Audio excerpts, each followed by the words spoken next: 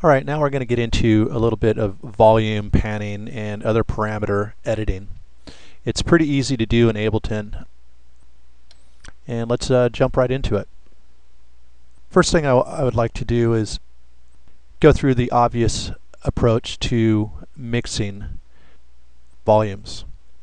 What you would most likely be familiar with is if you click your tab key, you've actually got your volume levels here for every track. Here we've only got one audio and one MIDI track. So if we are to play our song, let's start with the volume down. Actually, let me set a little loop point. There we go. Just hitting the tab key to click back over.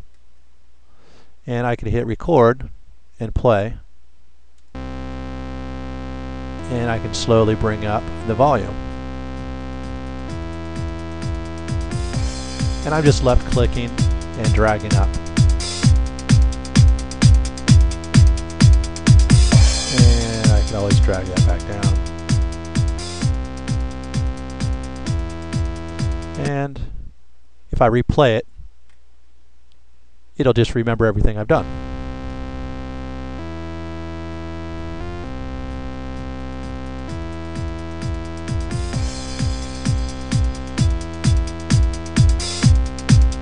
So that's one way to actually do your volume editing, but that's not the easiest way.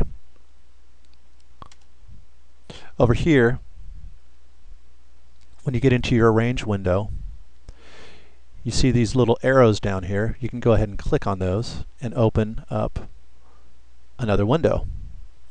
And as you can see here, it has just recorded the volume edits that we did here. Now, how do you get to the volume edit if you haven't done it that way? Well, normally when you open up this window, it's going to say none on it unless you've recorded something. You would just go to your mixer here, and then right underneath it, it gives you the parameters. Your panning, your volume, your sends, or whatever. So you just click on volume, and then you can get in. And all I'm doing is I got the magnifying glass, I'm getting open. I'm going to go ahead and clear this envelope so it's just all flat. And there we go. Now if I wanted to make a volume slope, let's say for the first 4 measures, all the way up to measure 5, that'd be really easy to do. I would just double click on the line, and it makes a little what we call elbow. And then I'm going to go to the beginning of the track here, and I could just double click at the beginning of the track, and then I can just drag that down, and then it'll just make a slope. And let me solo that just so you can hear that by itself. And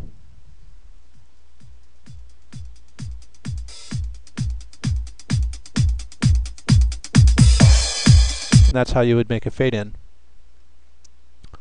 And you could always undo what you don't want if you decide to. You could just double click again and it'll get rid of the elbows. Another cool thing that you can do is if you make a few elbows, let's say you just want to lower this section here, you can actually grab a section here. I've just made 4 little markers. Then I can drag this bar here, and it'll just drag that whole bar down. So you don't have to drag one and then drag the other, like so.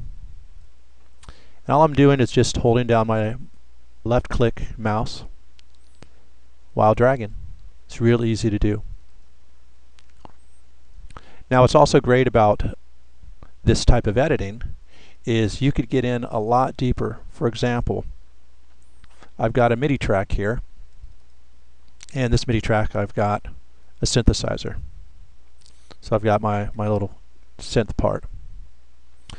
Now obviously I can go in here and go to my mixer, and then I can edit my volume, or I can edit my panning. See, if you bring it up, that's going to go to the right. If you bring it down, that's going to go more towards your left speaker, just so you know. But you've also got every effect and every parameter for every instrument that you use. So this is a CM101, thanks to Computer Music's free synthesizer. And if I click here, now I'm going to get this little window underneath. And what's really cool about it is if I click here, every single parameter, every possible thing that this synth can do, it has a parameter for.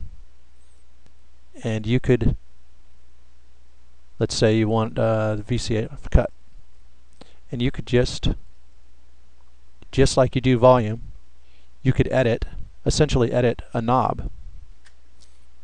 Or if you wanted to, you could hit record.